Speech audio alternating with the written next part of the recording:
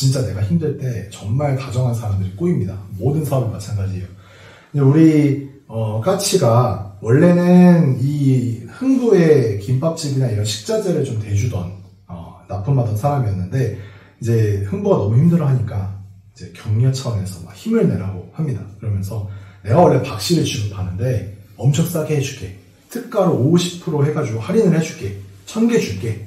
그러니까 이제 시가보다도 훨씬 낮게 주면서 이거를 하면 너 김밥집에서 이익을 못 내도 충분히 너 회생할 수 있다. 이렇게 이제 꼬드깁니다. 이제 이렇게 힘든 처지에 간 흥부는 이거라도 해볼까? 너무 싼데? 오케이 알겠습니다 하고 바로 돈을 지급을 하죠. 근데 아무리 기다려도 박씨는 안 옵니다. 예, 이런 물품 사기 사건들이 생각보다 많이 일어나고 있어요. 특히나 경기가 안 좋아지면서 이런 사건들이 너무 많이 일어나요. 근데 물론 실제로는 이 까치가 나는 진짜로 박씨를 주려고 했는데 나도 경기가 어려워져서 라는 경우도 물론 그게 더 많겠죠. 그렇지만 애초에 지급하지 못할 걸 알면서도 당장 이 사람도 현금이 필요하기 때문에 그렇게 일단은 내가 받고 또 한편으로는 지금 내가 못 주는데 이 박씨 대금만 일단 받으면 현금 쫙쫙쫙 밀려서 나도 사업이 돌아가고 그래서 그때는 줄 수 있을 거다 라고 막연히 생각하는 사업 하시는 분들도 많이 계세요. 이런 일이 생겼을 때 이제 또 흥부는 결국에는 법률적인 조치를 취해야겠죠. 이런 경우는 우리가 크게 두 가지 분야로 나눠야 돼요. 우리가 돈을 사실상 뜯긴 거잖아요. 이제 대금을 지급했다가 대금도 못 받고 물건도 못 받게 된 거예요. 이런 부분에 있어서 그러면 이 사람이 회복해야 되는 방법은 물건을 받든 돈을 받든 어떤 재산상의 회복을 해야 돼요. 이거를 우리는 민사소송이라고 불러요. 민사적인 사건이라고 부르고요. 이런 재산적인 피해와 상관없이 이 까치가 너무 괘씸하잖아요. 범죄를 저지른 거잖아요. 사기를 저지른 거고 이 사람을 사기죄로 처벌해 주세요는 형사적인 문제예요. 그리고 이제 우리 아까 앞에서 맞은편에서 봤죠. 민사소송은 법원에서 민사는 법원에서 진행하고 판사가 중간에 이야기를 듣고 판결을 내려서 결과를 받는 거고 이제 형사는 이제 수사를 해야 되는 거잖아요. 이게 진짜로 사기가 범죄인 게 맞는지 이 사람 얘기도 들어보고 저 사람 얘기 들어보고 증거도 확보하고 그래서 처벌을 해야 되는지 말아야 되는지 판단하는 거를 형사고 경찰에서 수사기관에서 진행을 합니다.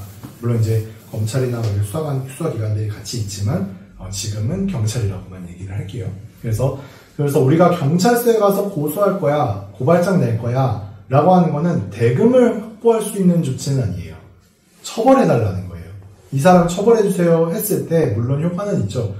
처벌해주세요라고 고소장이 들어가면 심리적인 위압감을 받게 되고 어떻게든 합의해서 돈을 빨리 돌려주고 나도 처벌을 좀 적게 받아야지 라는 생각을 하게 되겠지만 그렇게 해서 돈을 조금이라도 갚으면 다행인데 때로는 배째라 나 안 갚는다 빵에 갈게 이렇게 하시는 분들도 간혹 계세요. 그래서 이제 형사가 고소했을 때 마냥 능사는 아니다. 그래서 재산장애 회복을 하려면 어찌됐든 원칙적으로는 민사소송으로 들어가야 된다 라고 말씀을 드리는 거고 근데 이제 이런 경우에 아까 제가 간단하게 말씀을 드렸지만 그러면은 이거를 민사소송으로 먼저 가야 되느냐 아니면 경찰에 먼저 고소를 해야 되느냐 혹은 동시에 되느냐 이거에 대해서도 궁금해 하시는 분들이 많으세요. 근데 그거는 사안에 따라 달라요.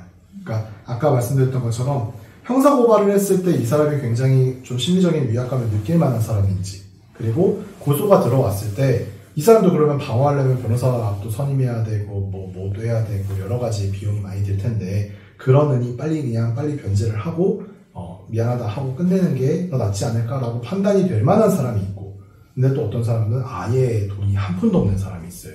이제 그런 경우 어떤 경우에 따라서 어떤 부분을 대응을 할지를 의뢰인이랑 항상 좀 얘기하면서 안내를 드리는 편이거든요. 그래서 이제 그런 부분도 한번 고민은 한번 해보셔야 되는 부분이지만 일반적으로는 이제 둘이 동시에 들어가는 경우도 사실 많아요.